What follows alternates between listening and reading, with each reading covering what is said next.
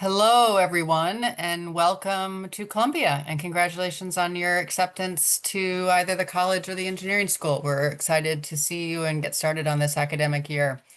My name is Nikki Cunningham, and I'm one of the advising deans who works with pre-professional students. So in this case, pre-med students. I'm joined today by Dean Megan Regney, who is also one of the pre-health advisors, and our program coordinator, Madeline Grace. And so we're excited to see you. This session today is going to kind of orient you to what you need to be thinking about as you journey through your time at Columbia, both academically and in terms of extracurriculars.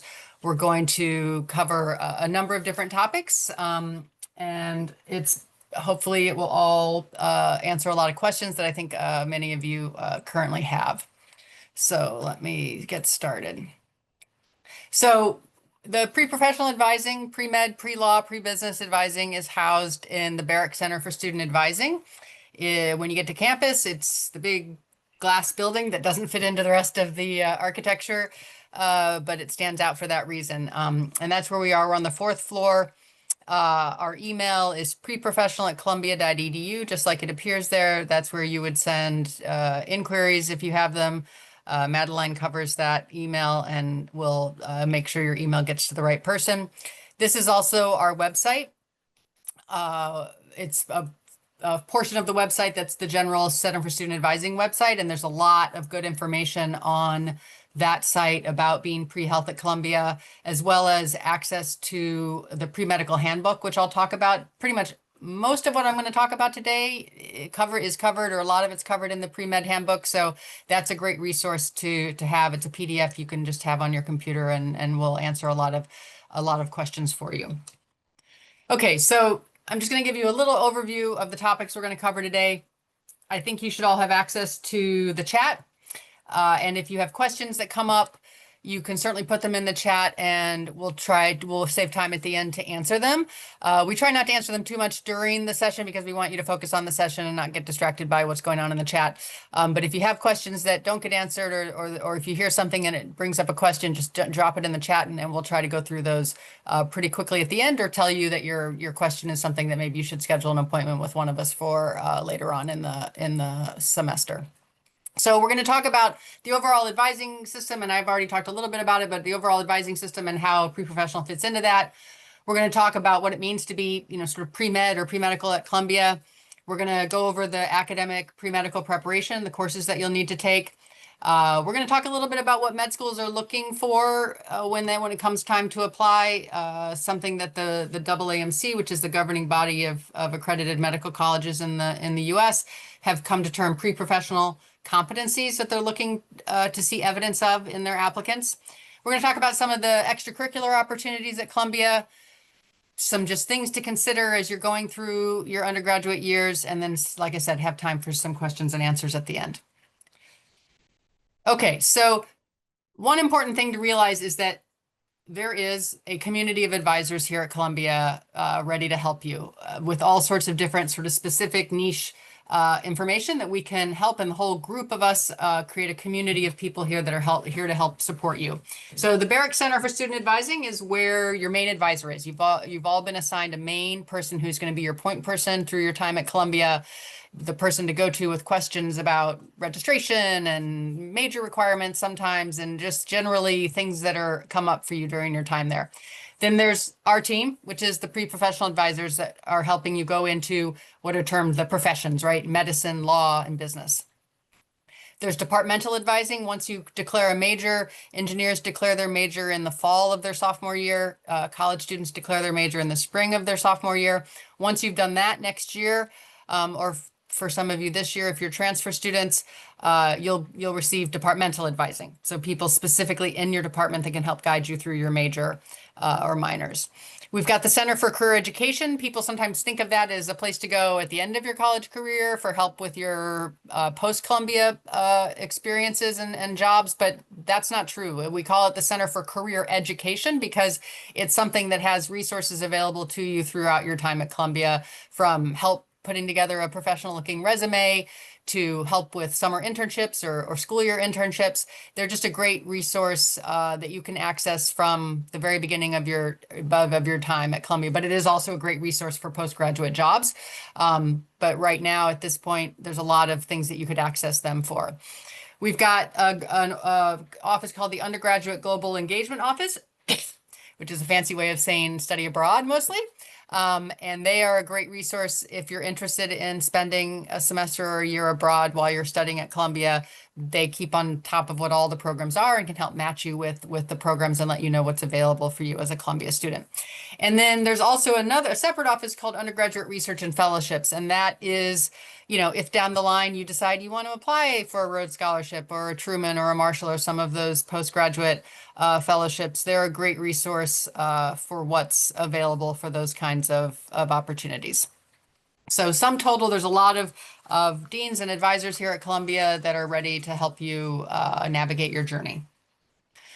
Okay, but we're focusing today on pre-professional advising and even more narrowly on the pre-health advising that we do. So a big part of what we do is there's a lot of individual advising that we do, but it's a big bulk of each of our days is spent just seeing you one-on-one to answer questions and talk to you about things that have come up for you and questions you have about being pre-med.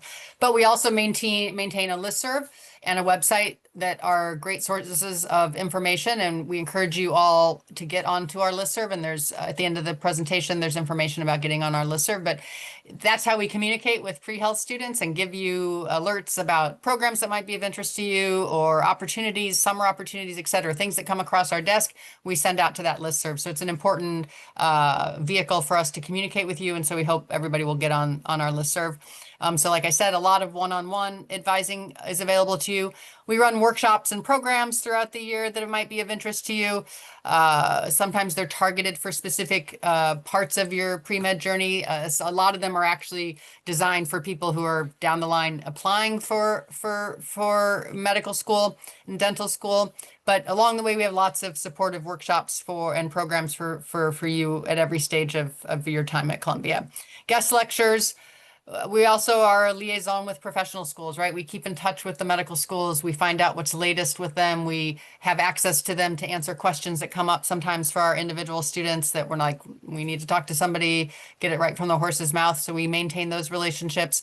And then another big part of what we do every year is we guide and support Columbia students as they're in the application process to medical school. And that's called the Pre-Health Advisory Committee, PAC for short. If you hear people calling older students calling it PAC, that's what they're talking about. It's the Pre-Health Advisory Committee, and it's a group of us that are here to help guide you through the actual application process, which is kind of a long, complicated process to go through. And so we give you a lot of support during that actual application. Okay, so important thing to note about being pre-med at Columbia is that it's not a major or minor. It's not something you have to sign up for. It's not something that you have to check and mark or apply for. It's really just a self-identification. You're pre-med. And that tells us and anyone else that you're talking to that you are intending while you're at Columbia to prepare to go to medical school or other health professional school. So being pre-medical is really just a whole bunch of things that you do while you're at Columbia. First, you take the prerequisite coursework, and we're going to go over the courses that you need to be thinking about working into your schedule to prepare. You get involved in activities that demonstrate and investigate your interest in healthcare and medicine. You get involved in activities that demonstrate your commitment to service, to helping others in need. You educate yourself and test your motivation by exposing yourself to places where doctors and other healthcare providers actually work. And then finally, down the line, you'll take the qualifying exam, either the MCAT for medicine or the DAT for dental school. Okay, so we often have first years come in and say, I don't know what to major in. Do I have to major in biology to be pre-med, or will I stand out more if I major in something like English or history? Neither is true. We really encourage you at every step of the way to try not to feel overly tied to what you think you should do and find out what you really want to do. Explore the curriculum. The medical school going on to medical school is compatible with absolutely any course of study. You can be any kind of major, from humanities to social sciences to arts to science. And we do have a lot of science majors just because there's a natural overlap in that interest between medicine and science. But we also have a lot of English majors and history majors and poli-sci majors, and we have a lot of engineering majors, and a lot of those are biomedical engineering majors, of course, but we also have chemical engineering majors and industrial engineering majors. So, you really are free to major in what you most want to do. And the med schools really prefer candidates who feel like they've let their interests develop organically and pursued those interests rather than feeling like somebody is just checking the boxes of what they think the med schools want to see. And those candidates are really easy to spot. And so they'd much rather feel like, oh, there's a whole story behind why this person chose their major. This happened to them in 8th grade, and then they did this in high school, and then they came here and took a class, and they were off and running because they really loved this content area. They like that kind of a story arc.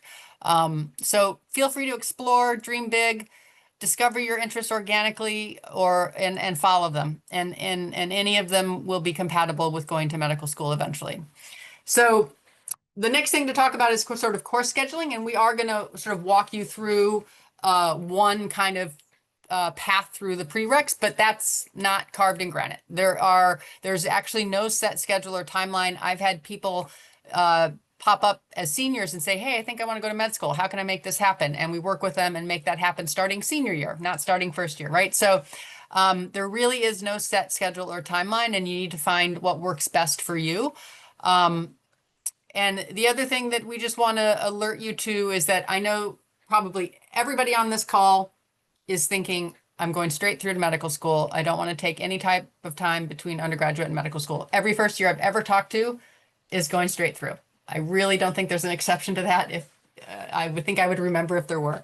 However, over 90% of you change your mind.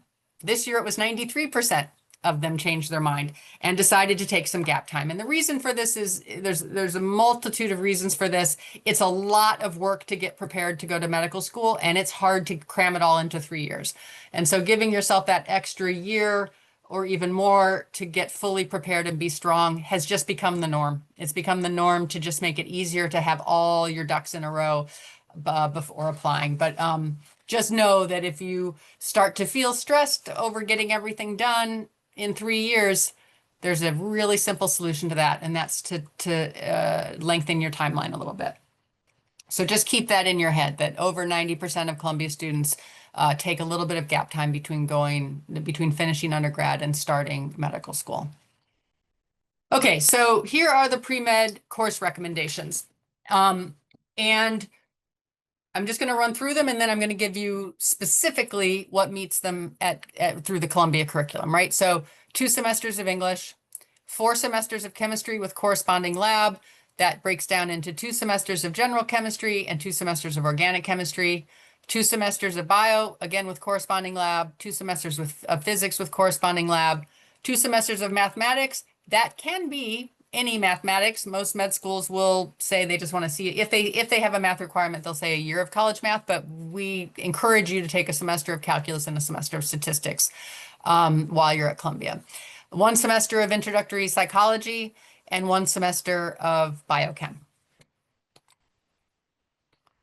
Okay, so I'm going to break it all down and tell you sort of the courses at Columbia that you can use to fulfill this. This is going to be so much information that your brains are going to go, I can't remember this all, but that's okay because it is written down in many places, including the pre-med handbook that I will give you access to at the end. So, don't feel overwhelmed that you need to be writing down every course number and every class, but get kind of a sense so that you've heard these courses and know that then when you want to go research them, there's places to find that information. I mean, if you want to write them all down, feel free, but don't feel stress that you got to keep up with all these slides. So every student at Columbia will take a semester of university writing. That's your one semester of English is going to be done, and you don't have to think about it because you're just going to get, you're just going to take university writing either this semester or in the spring. However, to round out that full year, students in the college handily cover it. They take literature humanities, they take contemporary civilization. These writing intensive courses fulfill the rest of that. Engineers, however, have a little bit, it's a little tricky for engineers because you don't have to take Lit Hum and contemporary civilization. Although if you're pre-med and in engineering school, we recommend that you take one of those sequences because the global core courses won't meet this requirement. but the other way to fulfill this second semester is, any literature course, any course at all in the English department. If it's offered in the English department, it will fulfill the requirement. So, your best bet as engineers is to either take Lit Hum or CC or a 1 semester English department course. Okay, so in general, most pre-med students, both in the college and the engineering school, should start off with chemistry in their first year. And we're going to go through what those possible courses look like. So the first option is general chemistry sequence, 1403 and 1404, fall, spring, 2 semesters for a total of 8 points, 4 points each semester. And then the corresponding lab that goes with that is a 1 semester, 3 credit course. That counts as a year of lab. That counts as the lab that you need. And at Columbia, sometimes our labs are 1 semester, 3 credit courses, and sometimes they're broken into 2 semester courses. But whether it's a 1 semester course or a 2 semester course, it fulfills the year of lab or corresponding lab that medical schools are looking for. So this is the sequence that's available to anybody. Any Columbia student or can register. I mean, can register for this sequence, 1403 and 1404. And it's appropriate for all pre-medical students. It will cover the content that is on the MCAT. It will fulfill general chemistry requirements for medical schools for students in CC and Cs. So like I said, everyone may register for this. In the following slides, I'm going to take you through some accelerated tracks that you can take after taking the chemistry placement exam later this month. So it is possible, if you have a really strong background in general chemistry and taking an intro course in general chemistry would feel remedial to you because your background is so strong, you can take a placement exam and place into there's a couple of accelerated tracks. So I'm going to go through the first accelerated track. The first accelerated track is, instead of taking general chemistry 1, you jump right in and take what we call second term general chemistry intensive lecture. So it presumes kind of the knowledge of GChem 1 and really takes you through at a sort of slightly accelerated pace through the second term of general chemistry. I want to go back for a second, because if you do take the general sequence, I just want to note that taking Calc 1 is a co-requisite. So you're supposed to take Calc 1 that year alongside, most people take it alongside GChem 1. But if you take the exam and you place into this accelerated course, the expectation is that your co-requisite is Calc 2. And then you can take either the intensive general chemistry lab for 3 points. It's a 1 semester course, or you can there's nothing that's wrong with going back and taking the 1500 lab that the earlier sequence is matched with. So you have your choice of labs for this sequence. So one thing to note is, if you jump ahead in the chemistry sequence, med schools may still want to see a full year of GChem, but it won't look on your transcript like you've got a full year of GChem. It will look like you have 1 semester of GChem. So, but a lot of students who place into this exam took like AP Chem or IB Chem and have that advanced knowledge of chem because of their preparation in high school. And if you have a 4 or 5 on the AP exam, you'll receive 3 credits of AP credit in chemistry onto your transcript, which a lot of med schools will help you round out that year of general chemistry that they're looking for. However, we can't promise you beyond a shadow of a doubt that every single med school will accept that AP credit. So if you go into this accelerated course, you might be required down the line to take some more advanced chemistry courses to round out your preparation for medical schools. Most often you would have to do that if you don't have that AP credit on your transcript. And for the most part, if you have that AP credit, you're going to be okay. Okay, so the third option is you take the placement exam and your background in general chemistry is so strong that they recommend that you just go right to Orgo. And so what you do is you jump into 2045, 2046, the intensive organic chemistry lecture. Again, 8 points total, 4 points a semester. This sequence actually starts in the spring. So you wouldn't register for Orgo in the fall. You would wait and start it in the spring and finish it in the fall of your sophomore year. The lab that goes with this is you still do need to take the GChem lab, the general chemistry lab. So you take the general chemistry lab, and then you take either a version of our organic chemistry lab that is 1 and 2 split into 1.5 credits per semester, and you take it twice, or there is a version, the intensive organic lab, that is a 1 semester 3 credit course. It's the same thing. It's the same amount of credits. It's just whether it's split into 2 semesters or 1. Now, after successful completion of this sequence, you're going to get, if you have an AP 4 or 5 on the chemistry exam, AP chemistry exam, you're going to get 6 credits. And in many schools, that 6 credits of AP chem credit will suffice to fill in for those GChem courses that you didn't actually take at Columbia, right? And like I said, again, we just have to hit this home that there are a very small number of schools who won't accept the AP credit and might require some additional chemistry coursework. Those are the 3 possible sequences for chemistry. Now, a couple of notes. Part of this is information about the placement exam, and part of this is just to alert you to a course called Chem 2408, which is called the First Year Seminar in Chemistry Research. If you're really interested in studying chemistry or learning more about chemistry, this only happens in the spring, and it's a 1-hour 1 credit, I think, weekly lecture discussion, critical analysis of topics that reflect sort of problems in modern chemistry, right? So it's sort of teaching you what's at the forefront of sort of chemistry knowledge and chemistry research.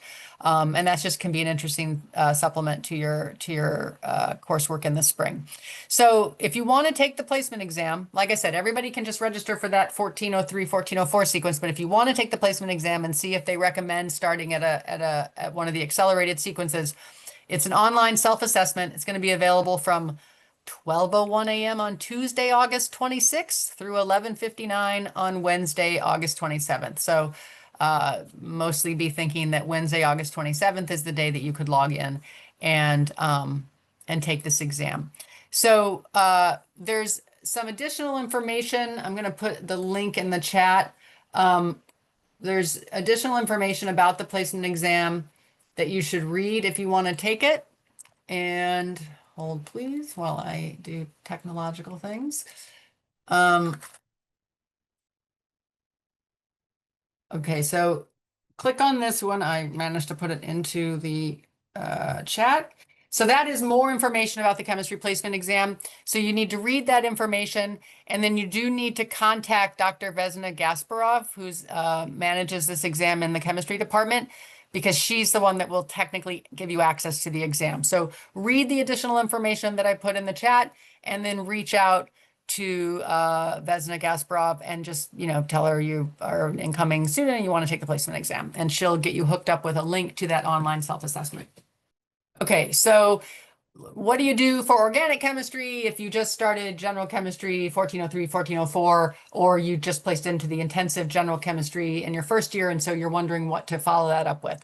So the most common Orgo sequence that you do after you've taken some version of GChem, either placing out of it, taking it, or doing the intensive version, is 2443, 2444, organic chemistry 1 and 2.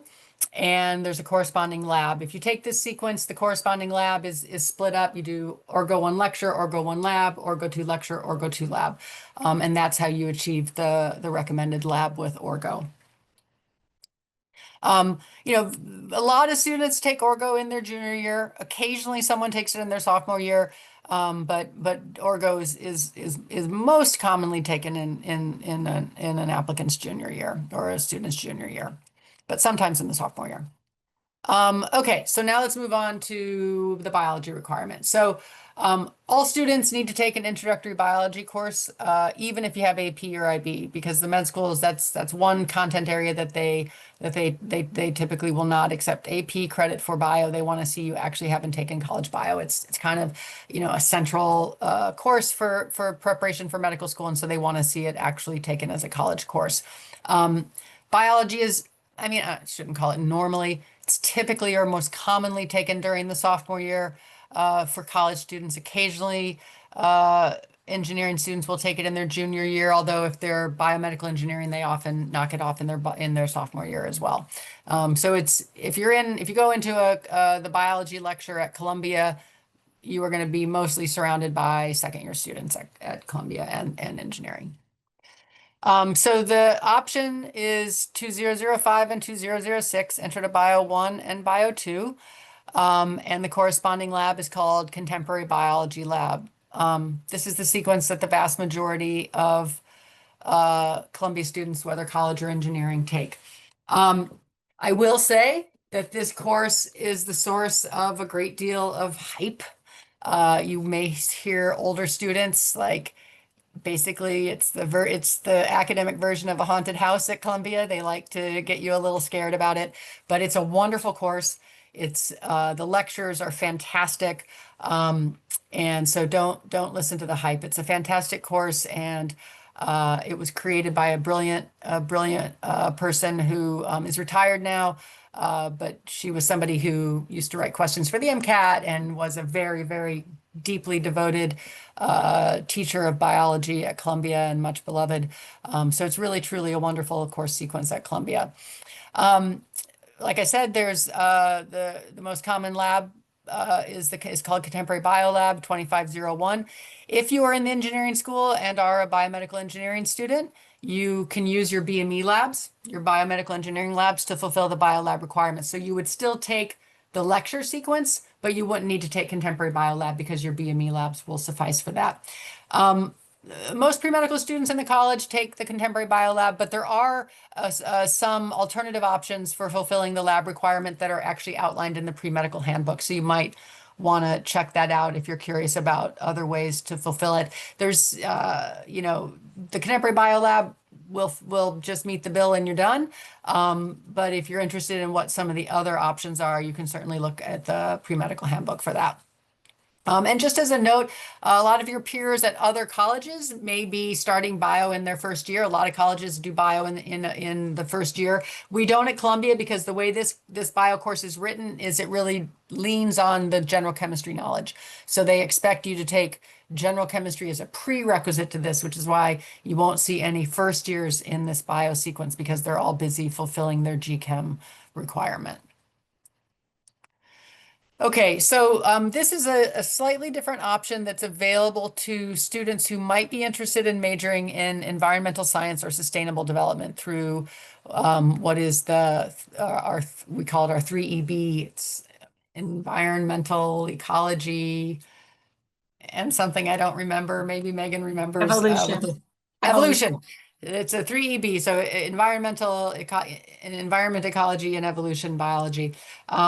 And if you take that major, there are two of their own bio courses that you're supposed to take, but we've created an agreement with them for our pre-med students who are interested in these majors, where instead of having to take 4 courses, 2 for pre-med and 2 for the major, you can get through that major and through the pre-med by taking just 3 courses. So you would do the regular 2005, 2006 sequence, but then instead of taking the first semester of 3EB bio, you jump right into their second semester of 3EB, which is their organisms to ecosystems course. So you get a little bit of credit and one less course if you're trying to combine pre-med with environmental science or sustainable development.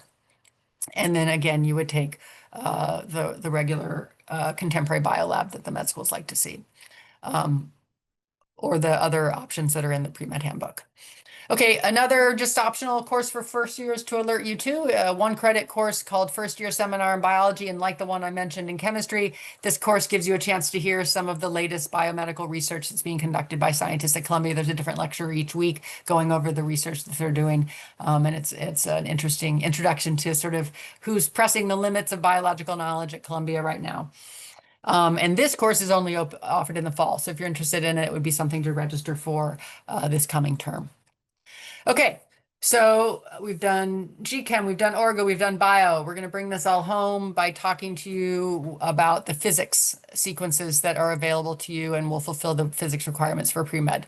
So with physics, there are several introductory levels of physics, and your choice will be dependent on your preparation in mathematics and the school that you're in and your choice of major. So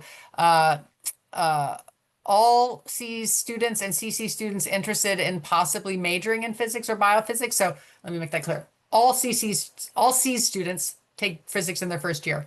CC students interested in possibly majoring in physics or biophysics should probably also be thinking about physics in their first year. Otherwise, if it's not going to be your major, physics can go in your second year alongside bio, perhaps, or in your third year alongside Orgo, perhaps. It could even go into your senior year if you're taking a gap year. So we're going to go through what those sequences are. Okay, so again, there's just a basic sequence that is appropriate for any CC student. So this is what the college students take, and it perfectly satisfies all pre-medical physics requirements for the college. And it's 1201, 1202, general physics 1 and 2, and then a corresponding lab. So like with Orgo 1 lecture, Orgo 2, Orgo 1 lab, et cetera, it's the same thing. General Physics 1 and General Physics 1 lab, General Physics 2 and General Physics 2 lab. So this is what the college students typically take. Unless you're in the college and are planning to major in chemistry, physics, biophysics, chemical physics, and astronomy. This would not be the right sequence for you to take. This would be if you're not interested in those majors, but you're preparing for medicine, and you're in the college, this is the sequence that you take. Okay. So the next 2 to 4, options 2 through 4 are appropriate for some college students who are doing specific science majors, like I mentioned before, and all engineering students will choose from the following sequences. And generally, you're going to complete a lecture sequence and choose a lab based on your individual program of study within the college and within SEAS. And so students in these sequences take the lecture before taking the lab, typically.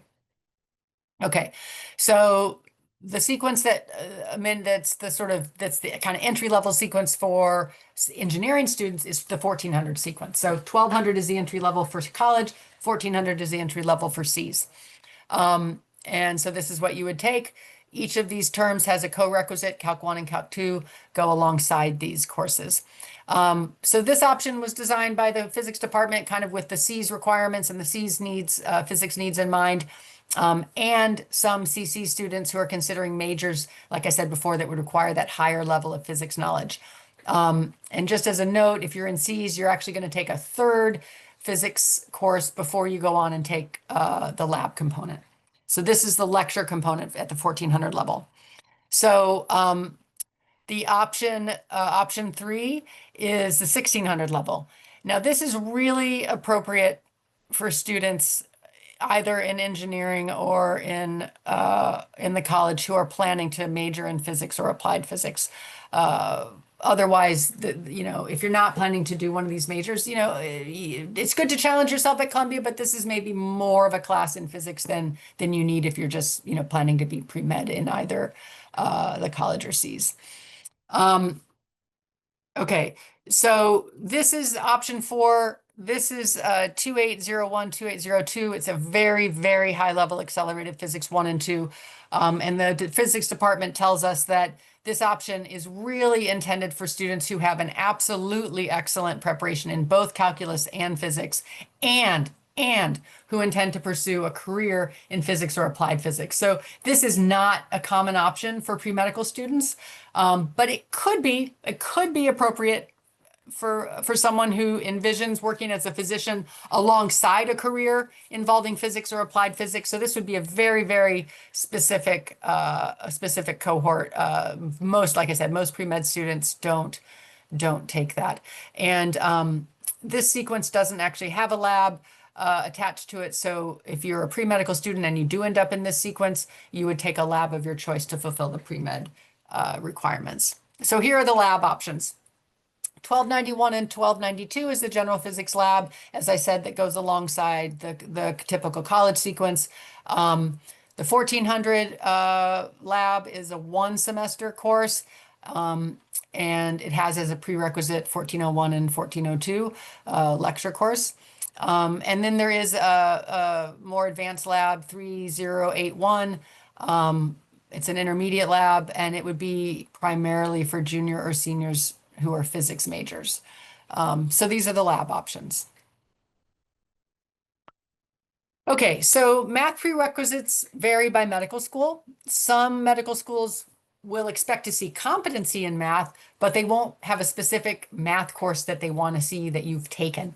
But there's a cohort of med schools who will say they require a year of college math. And some even have started to specify that they want to see either calc or statistics. But most med schools don't specify a math requirement. A cohort require a year of college math, and an even smaller number specify either calc or stats. So this is something that you would research yourself to stay on top of prereqs.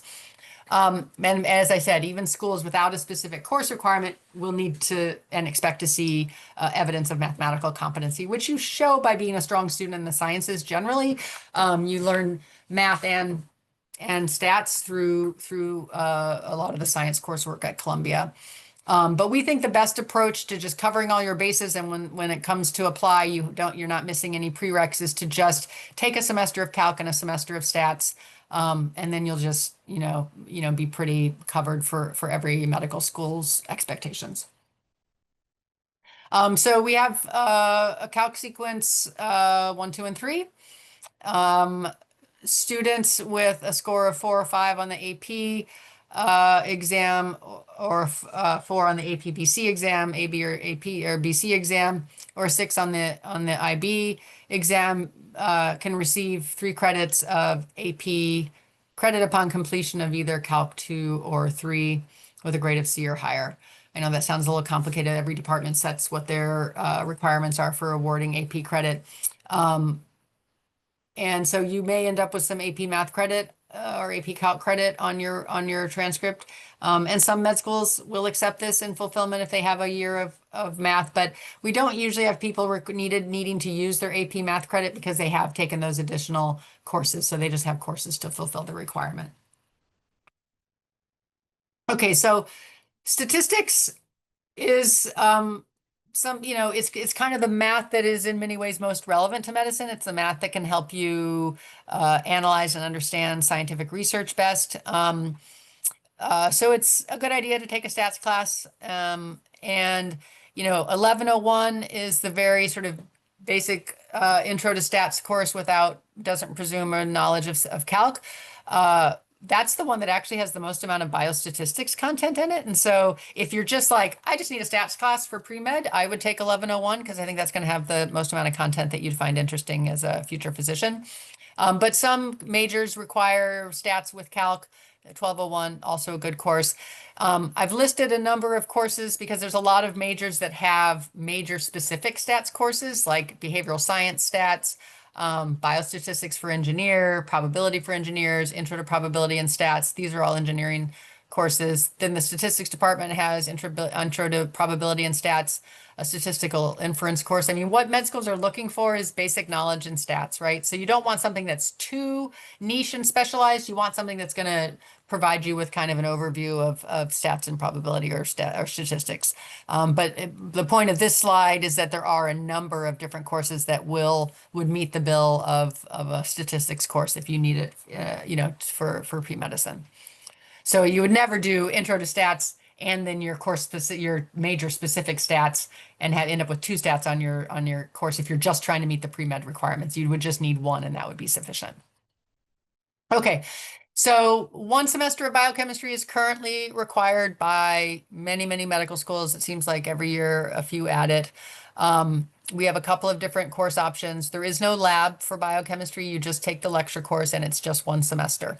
So there's 3300 biochemistry, and then there's 4501 biochemistry. 1 requires the full year of Orgo as a prerequisite. 1 requires just a semester of Orgo as a prerequisite. But in terms of them both being fully adequate preparations in biochem, both of them fulfill biochem requirements. So there's no, it's not like 1 is secretly preferred by med schools. They're both perfectly adequate. Okay, so we do recommend an introductory course in psychology to prepare for the MCAT. Most med schools don't specify behavioral science requirements, so it's not actually a pre-med requirement per se. However, there are some schools out there that you'll want to see a semester of behavioral or social science coursework. And so an intro to psych course will both help prepare you for the section of the MCAT that has a lot of psychology content on it, but would also meet the bill if you do apply to a school, like for instance, Duke requires a semester of behavioral science. So, just so you get a sense that some schools do want to see that semester, and so cycle will meet both of those issues. The course at Columbia that we think best prepares you for the MCAT and is a great psych course is Science of Psych. But to be honest, sort of any introductory psych course will probably teach you some of the content that you need. You can self-study any content that you're missing for the MCAT, but any intro to psych or this Science of Psych course will meet the bill if a school requires behavioral science. And just as a note, if some of you are pre-dental, this actually doesn't apply to dental school in terms of the DAT. There's not a section of the DAT that covers psych content. So by all means, pre-dental students take Science of Psych if you're interested. Psychology certainly comes into play in the practice of dentistry, but as a practitioner, but only if you're interested in the subject. It's not required to get you into dental school. Okay, so check individual schools. Everybody has a state school that they should be thinking that they'll apply to. You should know what the prerequisites are at your state school. What we've given you is going to prepare you for the vast majority of medical schools in this country, but things are always changing, and there are schools out there that have individual requirements. Just stay a little bit in touch. Now, this isn't like you need to have you need to spend a lot of your time right now looking at prereqs for medical school, but just as a caveat for us, because things are always changing, it's something that you are responsible for staying on top of.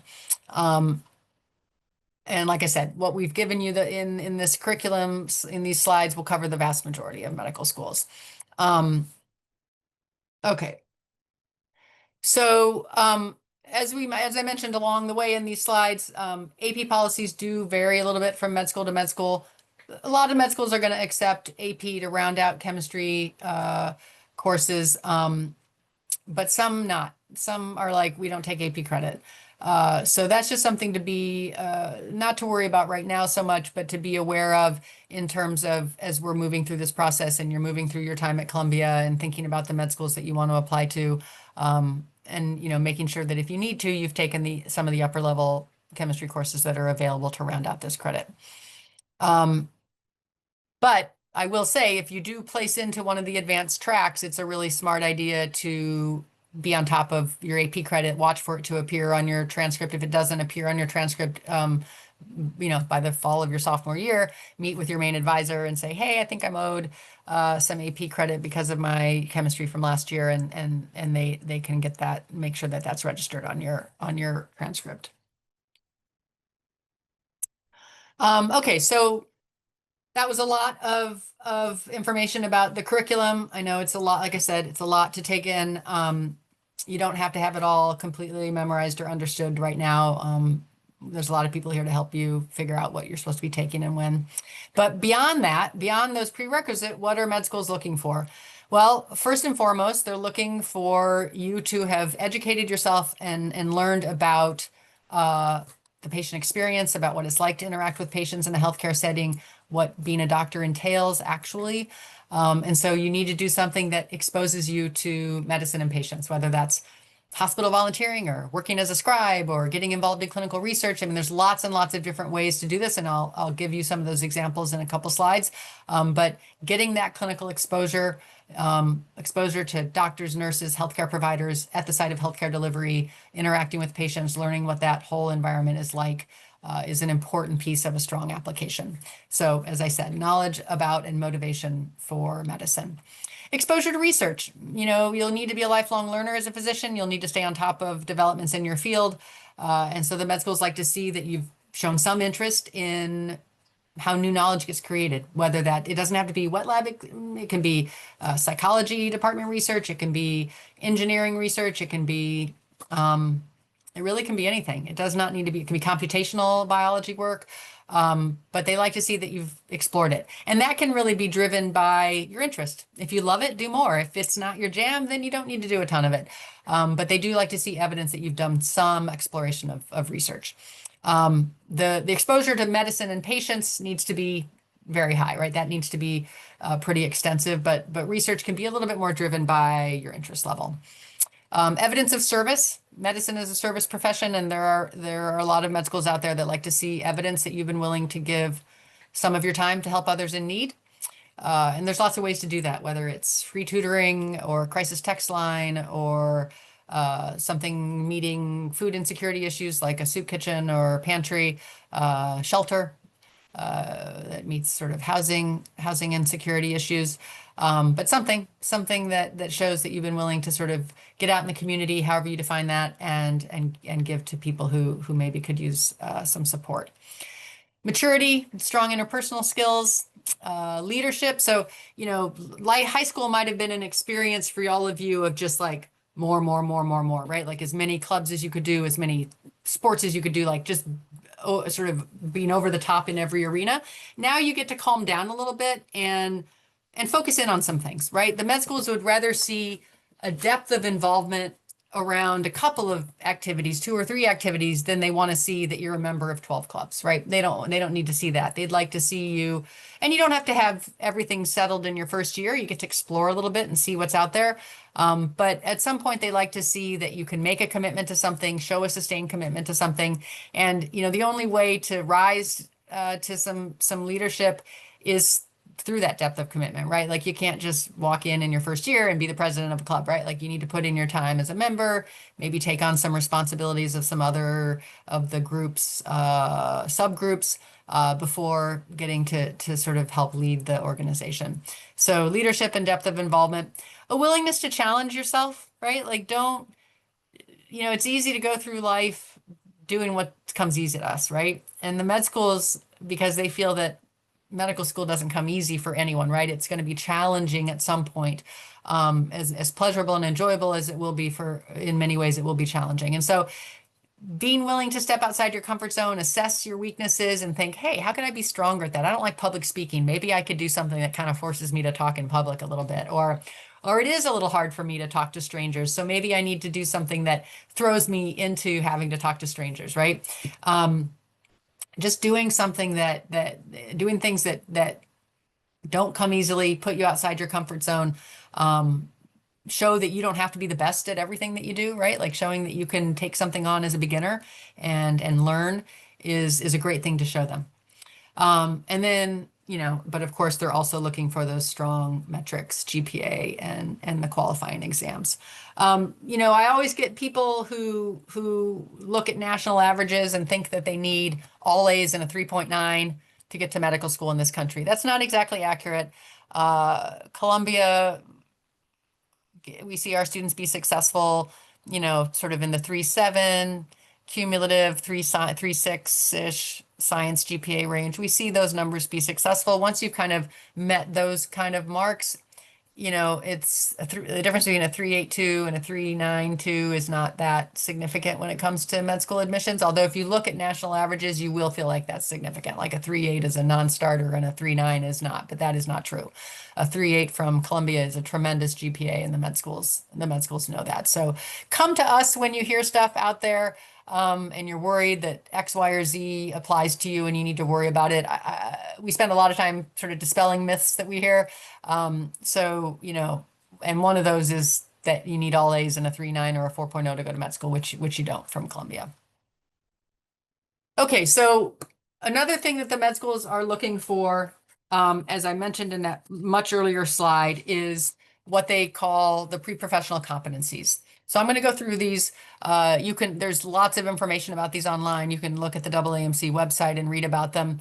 But I'm going to go through them quickly and sort of give you an idea to sort of think about the things that the med schools are looking for evidence of on your application down the line. So a commitment to learning and growth, right?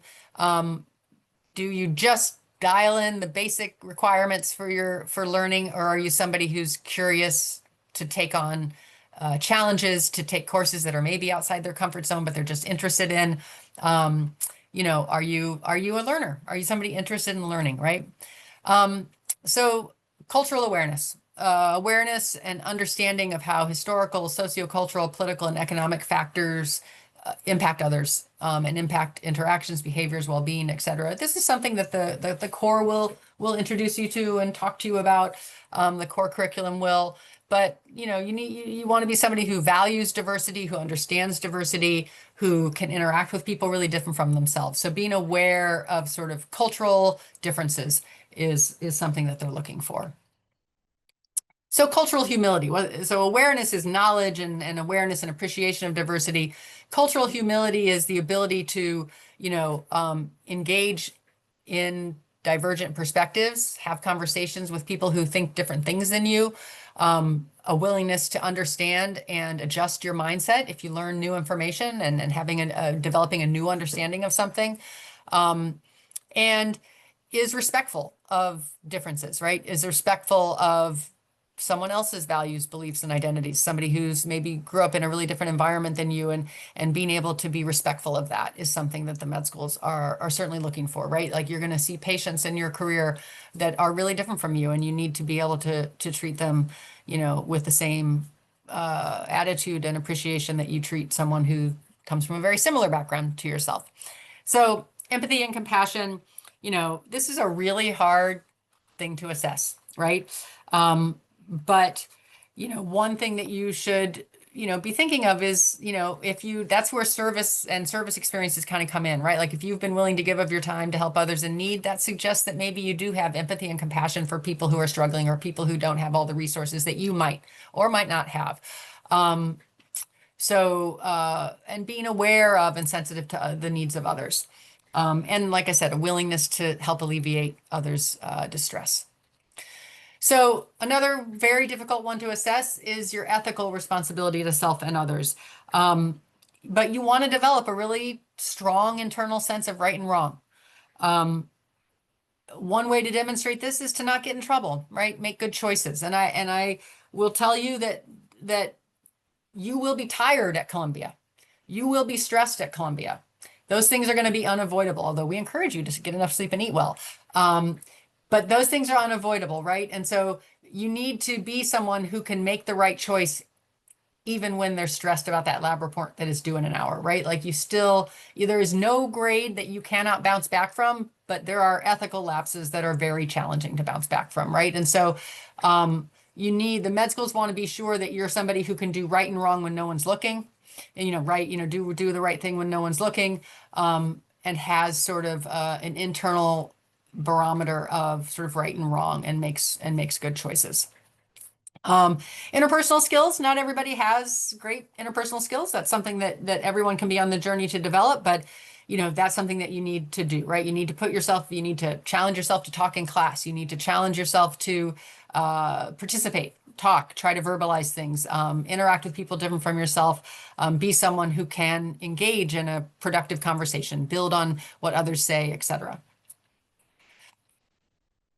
Okay, so oral communication and interpersonal skills are similar. I mean, they're connected. They're not exactly the same though. So interpersonal skills are your ability to have a conversation, talk to others, talk to people really different from yourself, establish a quick warm rapport with a stranger, right? Like make friends, that kind of thing.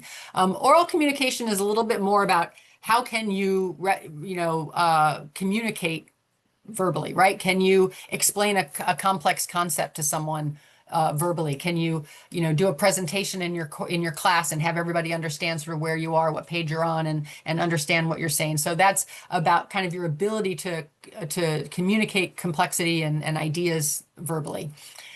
Reliability and dependability. Are you someone who does what they say they're going to do, shows up when they say they're going to show up, right? This is an important thing as well. And I tell people, like I said, you'll be tired, you'll be stressed, you might be overextended at some point at Columbia.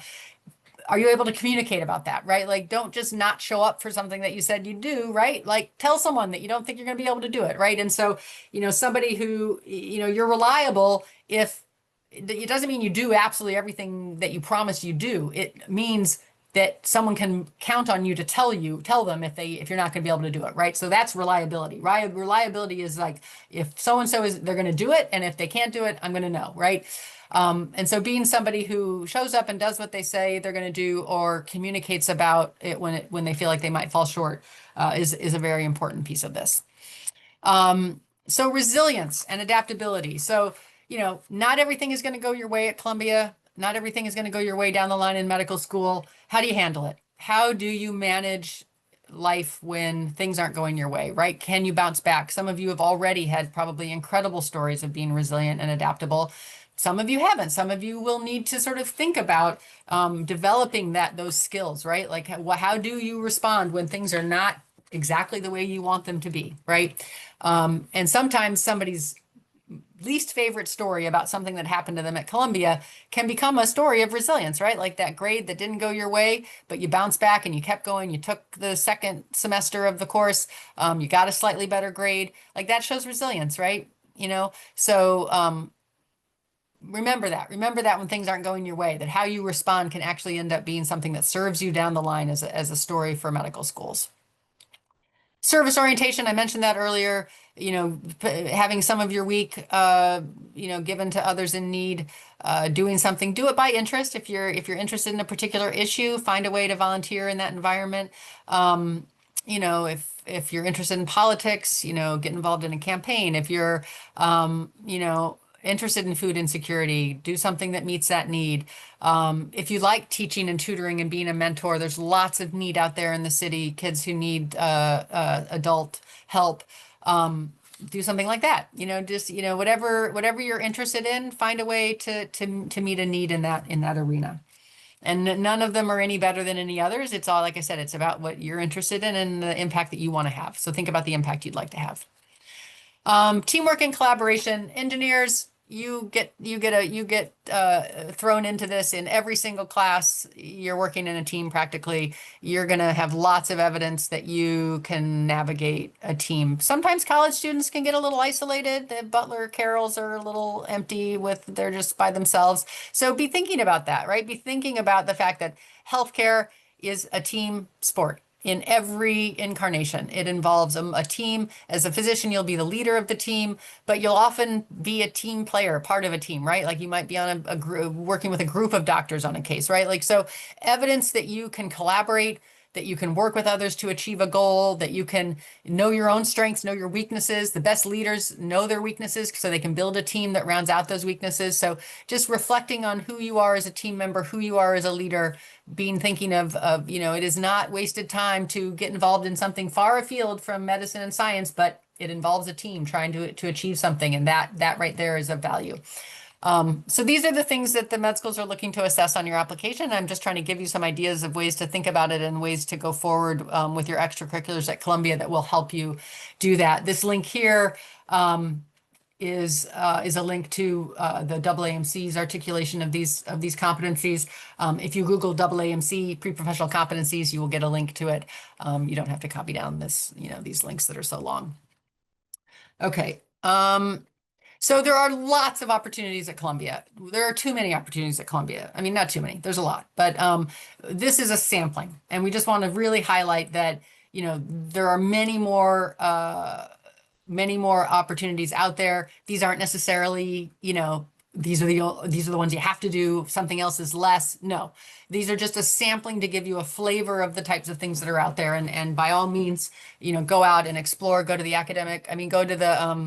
activities fair so that you can see what all the extracurriculars are and anything that demonstrates an interest in health and medicine and community well-being, in science publishing, et cetera. Any of those would be wonderful things to get involved with. But we do have an all student run student ambulance corps that serves Morningside Heights, Columbia and Morningside Heights. We have a number of students who do that every year. You have to train as an EMT and get licensed in New York State.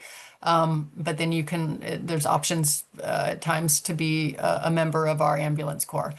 AMSA stands for American Medical Students Association. It's a huge organization. There's usually ones at medical schools and there's often ones at undergraduate. So there's undergraduate chapters, there's med school chapters, but it's a big network. At Columbia, we have a lot of different subgroups. There's a women in medicine subgroup and I think a global health one. And so it's also a great way just to find community amongst other pre-health students and sort of be a part of a national organization that is helping pre-med students navigate being pre-med. We have the Charles Drew Pre-Medical Society, which is a wonderful organization. It is open to everyone. Truly anyone can join it, but it does have as a specific part of its mission to help support students who are currently underrepresented in medicine. Just for those of you who don't know, Charles Drew was an African-American surgeon who lived in the first half of the 20th century. He's widely credited with developing our understanding of blood transfusions and pioneered the development of large-scale blood banks. So he was a very famous physician who was at Hopkins for most of his career. That is open to everyone, but like I said, with a specific focus on supporting underrepresented students in medicine, but open to everyone. We have a Students for Health, Education, Access, and Literacy program that works with students in the public schools to close. Isn't that right? Is that what it is? Or is it? Yeah. Sorry. Sometimes I have like a 20 years in and I still can forget what things are. It helps teach health education to in public schools in the area that don't have funding for a very focused, detailed health education. And then there's a dental group, Columbia Association of Dental Students. It may be called something else now that I think about it. What's it called, Meg? Is it called ASDA? ASDA, right? Americans Students of Dental, something, ASDA. Sorry, but there is a pre-dental group that is active at Columbia. I'm sorry, I didn't correct that slide. Then there's lots of research opportunities. There's SURF, which is the Summer Undergraduate Research Fellowship that people can apply to. There's SPURS, which is another kind of summer stipended research opportunity. There's 3500, which is an independent research course that you can register for, but it's you connect it to an actual lab that's doing biological research, and then you can get credit for doing biological research. Both CC and NCs have research portals. There's a lot of opportunities in the engineering school to get connected with research. So research is abundant between the downtown campus and the engineering school and the uptown campus and the medical center. There is the public health school, the psychology department. I mean, there's a lot of opportunity for getting involved in research. And again, these are just a few of the opportunities, but there's a lot of research opportunities at Columbia. Okay, so I talked about getting clinical experience. The clinical settings that people often engage in to get that sort of clinical experience is volunteering at hospitals or on the wards or in the ER. First response teams, as I mentioned, being part of a EMT corps, whether it's the Columbia Corps or another corps. Clinics, whether they're free clinics or community clinics. Hospice centers are places that you can volunteer. Private practice settings. Sometimes people in their gap time get jobs working in private practice settings, nursing homes, shadowing. People talk about clinical volunteering. It doesn't really matter that it's clinical per se. I mean, volunteer per se. It just matters that whatever you're doing, whether they're paying you for it or not, is exposing you to patients in a healthcare setting. People sometimes think that they can't do something for pay, and that's not true. If you find something to do that pays you, great, mazel tov, you're getting paid to do it. What matters is that you're getting exposure to patients in a healthcare setting. But a lot of what people do, it does end up being voluntary, but it doesn't need to be a volunteer experience. And then there's also lots of opportunities for service. We have something called Columbia Community Impact, which is an organization that runs a number of different service initiatives where students can get involved in the community. The whole idea of the organization is to connect Columbia students with need in the community around Columbia, whether it's Harlem or Morningside Heights. And so there's a lot of free tutoring and other different programs that are through Columbia Community Impact. One of which is free tutoring, but free tutoring happens in a number of different venues. But there are some a number of tutoring initiatives within Community Impact. As I said, there's shelters that meet housing insecurity. There's soup kitchens and food pantries that work in food insecurity. We have something called the Double Discovery Center, which is another sort of very tutoring focused and mentorship for younger people organization. And then, many of you will come and find a faith-based organization to be a part of, whether it's a temple or a church or a mosque. And many of those will have service opportunities, and those are fine as well. If your faith-based community does service initiatives, that's wonderful as well. Okay, so we are winding down. Oh, I'm doing well. I hope I haven't been talking too quickly. I can get going a little fast sometimes, so apologies for that. I'm trying to breathe, but I'm also trying to get a lot of information in a short time and save room for questions. So I will do what I encourage my students to do, is to take deep breaths before talking, help slow you down. So get off to a good start. Everyone that gets into Columbia, I can tell you, is super smart and did super well in high school. And however, some people are super smart and did super well in high school and had phenomenal study habits. But there is also a cohort of people who are super smart and did great in high school, but didn't have great study habits because their high school didn't require it of them. They were able to get through and do well academically, and they thought that that translated into having great study skills, but it didn't necessarily. So if you're struggling at Columbia, don't sit there and go, admissions made a mistake. I'm not supposed to be here. No, no, no, no, no. Admissions doesn't make mistakes. You're supposed to be here, but you just might be one of those people who's super smart and did great in high school, but needs to up level their study skills. And there's lots of support for doing that at Columbia. So don't be afraid to reach out for help. Don't sit there and decide that you have imposter syndrome or suffer from imposter syndrome. Step up and say, I just need some help. I need to learn how to study better. I need to figure out how much time I need. I need some tricks. What are the tricks that people with good study habits do? Pre-reading material is something that is one thing that every time I tell somebody to do that and they go and try it, they're like, oh my gosh, that helped so much. To not have the lecture be the first time you hear it because you read the chapter before the lecture can be an incredible way for that material to sink in and really, really acquire it. So don't be afraid to try new habits, and new strategies. Having good study habits isn't necessarily just about more time. It's about strategies for being a better student. And there's a lot of, we've got peer tutoring, we've got getting things done groups that help you if you're a procrastinator. We've got a lot of support for helping you up level study habits. So if you're struggling, don't go, I shouldn't be at Columbia. Go, what's out there to help me get better at what I need to do, and just drop off that imposter syndrome and say, I need better study skills, and there's a lot of people here that are going to help me do it, and I just need to do it. Don't sit there by yourself and get a bad grade. Get out and get help. And the med schools will appreciate that. They like it when you know how to access resources. They like it when you know how to ask for help. So don't be afraid to do that.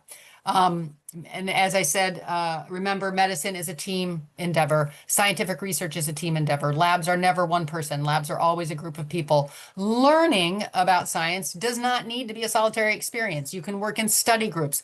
There are department help rooms. There are teaching assistants. Faculty want to help you. Peer tutors, advisors, everyone honestly is here to help. I mean, honestly, we're all here just to get you through Columbia. That's all. That's all our goal is. Our goal is to make you a happy, healthy person getting through Columbia. So don't be afraid to ask for help. Don't be afraid to reach out for help. Use the resources that are there. They're there. Our peer tutoring appointments fly off the hooks because people are accessing them. So don't be afraid to get some help if you're struggling. Okay, and as I said, get to know your advisors, get to know your faculty members, talk to faculty. They're human beings just like me and you. They put on their pants one leg at a time, just like me and you. They love to talk to students. They sit in their office hours every week. And they love it when people show up and want to talk about the class that they're teaching and want to hear how great what a great time they're having or whatever. So don't hesitate to talk to faculty. As advisors, we are here to help you. We ask that you not schedule any appointments until after classes have begun. Your main advisor can help you get registered for your whatever courses you need to be registered for. We are very busy in the last gasp of summer helping our current med applicants. And once the semester starts, we'd be more than happy to meet with you. But we do ask that in these next 2 weeks, you just meet with your main advisor. And then if you still have questions, come and talk to us after classes have started after Labor Day. Get to know yourself, be honest about your strengths and your weaknesses. I had a student once who I get all teary when I think about him because he was such a great person. But he would end every night by thinking about what he could have done better that day and where his weaknesses are. And he became a really, really wonderful, strong applicant by the end of his 4 years because he'd really interrogated himself, really thought about himself, really been honest about what he needed to improve and then work to improve it. So be like that. Be someone who really knows what you're good at, know what you need to improve and then work to improve it.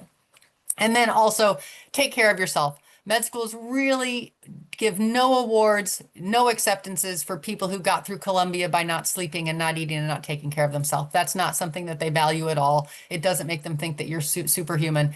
It makes them think that you don't have good judgment. So show good judgment.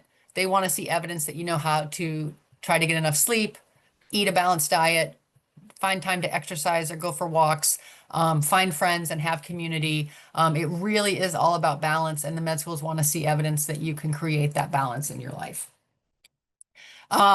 So to that end, try not to get overextended outside or inside the classroom. The med schools will not be impressed with a very low GPA and you went over points every semester you could. They would be much more impressed by you finding a balance in challenging yourself but not going overboard so that you can have that strong academic performance. So be aware of that. Be aware of making too many commitments, both inside or outside of the classroom. Be present. Don't spend all of your time worrying about the MCAT, which is not going to be taken for several years. Don't be overly focused on getting into Columbia Medical School. Like all that's down the line. Like really just enjoy it. You've worked really, really unbelievably hard to get through the tiny, tiny hole that you have jumped through by getting accepted to Columbia. So enjoy it. Enjoy it. You made it. You did it. You worked really hard for the last 4 years and you got rewarded with something not many people get, which is an acceptance to a really, really competitive college. So enjoy it. Be present. And again, as I said earlier, don't just think, what do med schools want to do? Checkbox, checkbox, checkbox. Chart your own path, explore your interests, be a whole person, be somebody who, whether it's anime or baking or running or whatever it is that you love, be that whole person. Explore your interests, do things you love to do. And remember that things that you do outside of medicine and science will also help prepare you for medicine, right? I had a student who had to wait tables all 4 years to help pay for her education. And the interpersonal skills you gain working in a restaurant are pretty translatable to med schools. And guess what? The med schools know that. So just remember that you can develop relevant skills outside of medicine and science. You don't have to just all be medicine and science. They like to see whole people with broad interests. Join the pre-health listserv. Where are the instructions for that? Okay, so this is our website. And if you go onto this website, the very landing page of our website, about halfway down, it gives you, there's links for joining the listserv. So go to this website. A chat, Nick. What'd you say? We already put it in the chat earlier. Awesome, thank you. Okay, so then I'll go back to this screen. Questions? Anybody? Great. So there's a number of questions in the chat. I'm not sure we're going to be able to get through all of them. So, and I think Right. some of them are more relevant for the larger group and some may be more relevant to discuss, sort of with an advisor down the line. But so we're going to maybe pick and choose a little bit of the ones that we think might be relevant to the whole group. And if we don't answer your question, absolutely schedule an appointment. We can talk about, those individual questions. Okay, so the first question was, as a first-year student, the core curriculum and your major related courses are taking up all the allowed credits. In such case, how do I fit in the pre-med courses?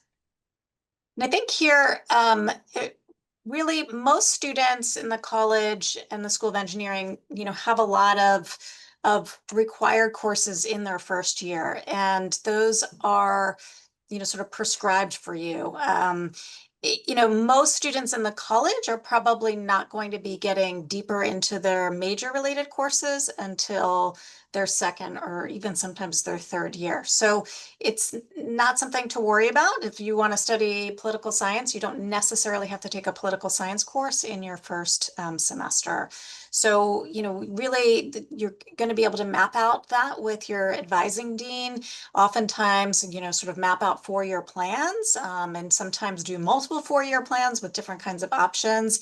And I think that will help you to see that it will all fit in. It feels like it won't at this point because it feels like there's a lot of requirements between the core and pre-med and your major, but trust us that it all does fit in the end, and it's doable across all sorts of different majors. All you really need to do in your first year is take a version of chemistry, and we haven't had people have problems, fitting that course in alongside the required UW or Frontiers, and That's right. even exploring a major or doing Lit Hum, et cetera. You'll get it all done. Everybody does. Megan and I have been here for 20 years, so people get it done.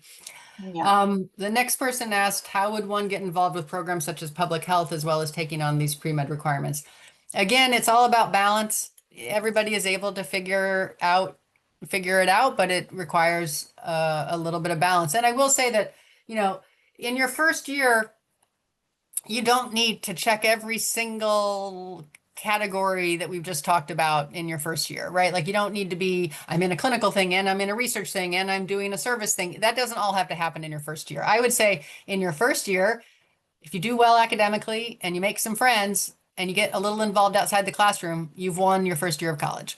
Um, it's not common for people to hit Columbia in their first semester and start getting involved in all of these categories of things. These are things that there should be evidence of on your record by the time you graduate, not all starting in your first year. So find some balance, get settled academically, figure out how much time you need to devote to academics, and then, take on some additional things as you move through it. I see a lot of people not starting clinical things till their second year, et cetera. You want to say something, Meg?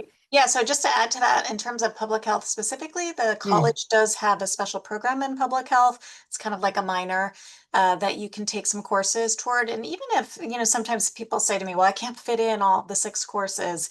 And really, it doesn't matter that there's a line in your transcript saying that you have a special program in public health. What is most important is that you're gaining the knowledge from those courses. So if you can take 4 out of the 6 courses, great. You're getting 4 classes in public health that are really interesting to you and will be useful to your future. The college also has something called the 4+1 program with the School of Public Health here, the Mailman School of Public Health uptown, and that allows college students to add an MPH in a 5th year. And so that is maybe something that you might consider exploring down the line. Again, it's not something that you need to think about at this point, but more so in your sort of sophomore and junior year to begin that planning. Uh-huh. Okay, this next question is a good one, and I'm glad somebody asked it. If I take the chem placement exam and am recommended to a higher level, am I then required to take that higher class, or do I still have a choice? You still have a choice. That exam is designed to give you a sense of what you could take if you wanted to, but there is absolutely nothing at all wrong with just taking the general chem sequence 1403 and 1404. You are not required to take anything. It's just going to give you a suggestion for where you might meet your chemistry knowledge. But if you're like, I really lucked out on that exam and I would really love a solid foundation in GChem to build on, then just take 1403 and 1404. There's no problem with that. You're not required to jump ahead if you don't want to.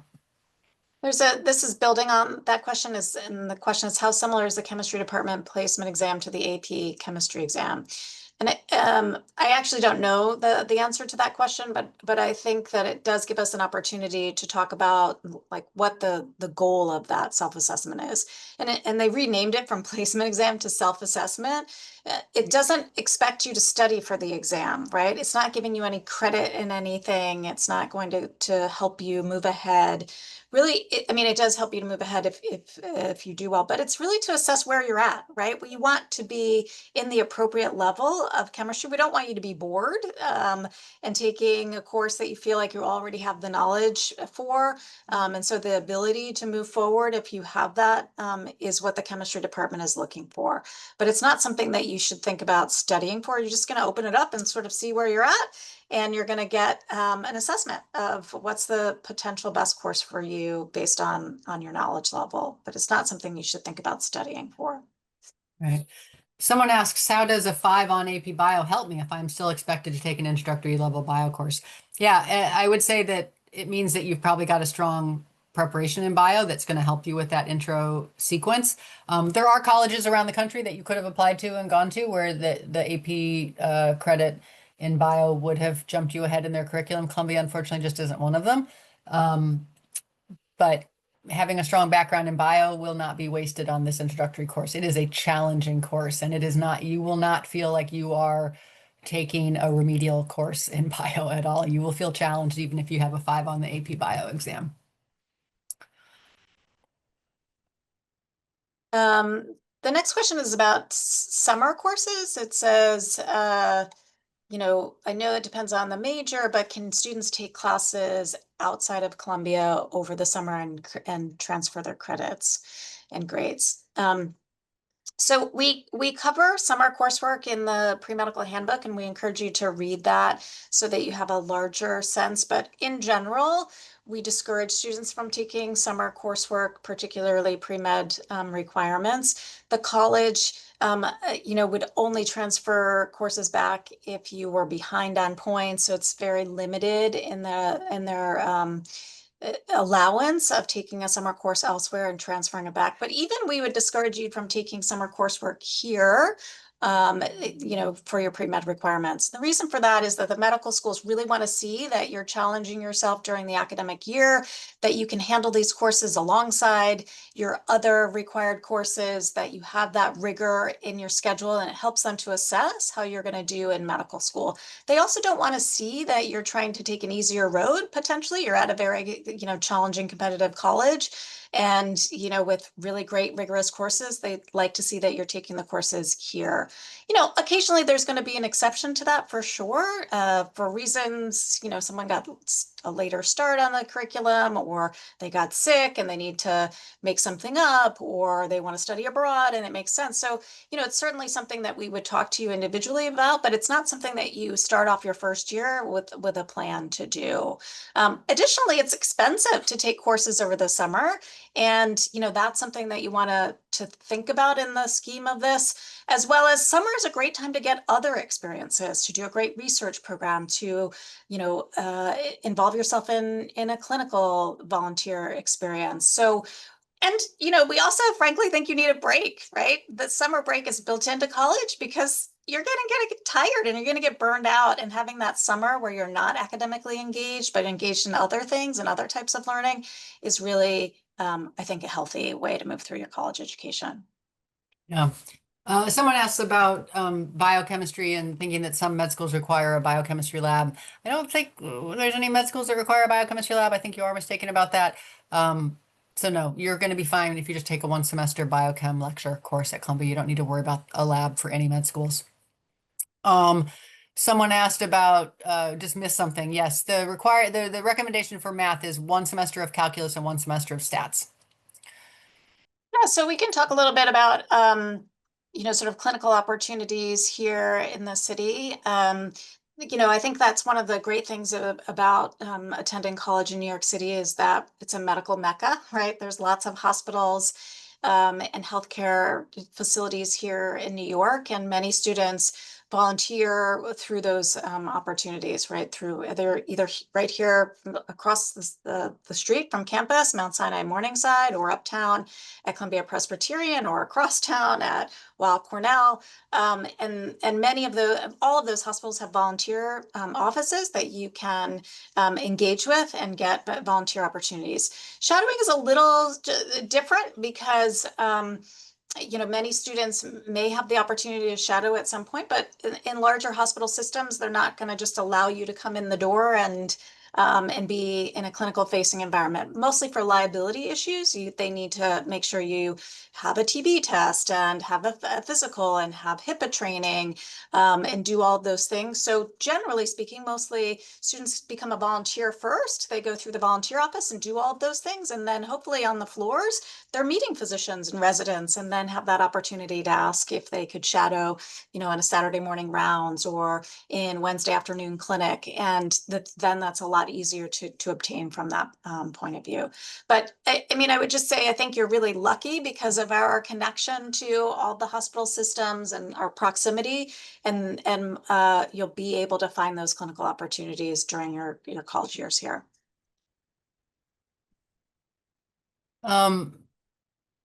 I don't know. Let's see. Some of these are questions that your main advisor is going to answer when you get registered. Is the only time for take first year seminar in biology this fall? Yes. So yeah, that first year, that 1 credit first year seminar in biology is just for first years, and it's just offered in the fall. That's your one chance to take that class.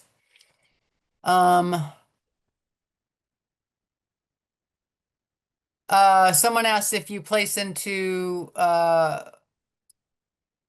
intensive Gen Chem now, can you take bio in the spring? Bio doesn't start in the spring at Columbia. It only starts in the fall. So the only option for starting the bio sequence is to start it in the fall and finish it in the spring. You can't take the semesters at Columbia out of order. Yeah, and it is true that recitation is going to be required. You're Yes. going to learn about sort of how that works and how it gets assigned from your general advisor, as well as your NSEP peer leaders when you get here on campus. You're not going to register until the end of your NSEP week, and you're going to have all of the information that you need. I think that's the other thing that we should highlight is that during NSEP, there's an academic resources fair. I think it's on Wednesday afternoon, Tuesday afternoon or Wednesday afternoon, I can't remember, but it'll be in Wednesday. and it'll be in your NSOP calendar. And that is an opportunity where all of the departments gather, representatives from all of the departments gather in a big auditorium, and they have tables, and they're there for 2 hours to answer any question that you have. So if you have a question about your math, what's the appropriate math class for you to be in, the math department is going to be there, and you can talk with them about it if you feel like you need that additional expertise. If you have the questions about physics, you can go and visit with the physics department. So it's a really great opportunity to get those kinds of departmental questions answered during that first week. Yeah, we should probably wind up, people that have questions, outstanding questions should maybe schedule an appointment once classes have started. Are there any more that we should grab and answer, Meg? Discussions about when to take the MCAT is something that you can worry about down the line. There's every possible course combination that you're creating, we could help you make a plan for the MCAT around.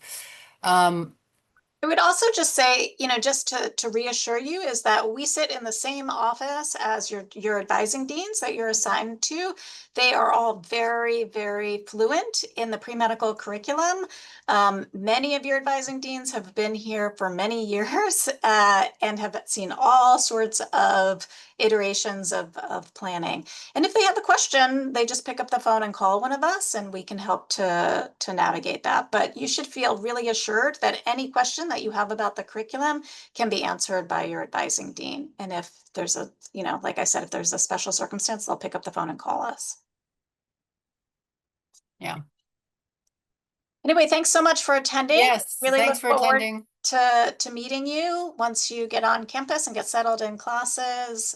We wish you luck with everything and your travels. Yeah, and the recording for this session, if you missed or joined late or have a friend that you're talking to and they didn't realize it would happen, this session has been recorded, and in the next few days, it will be uploaded to the summer webinar series website on the Countdown to Columbia site.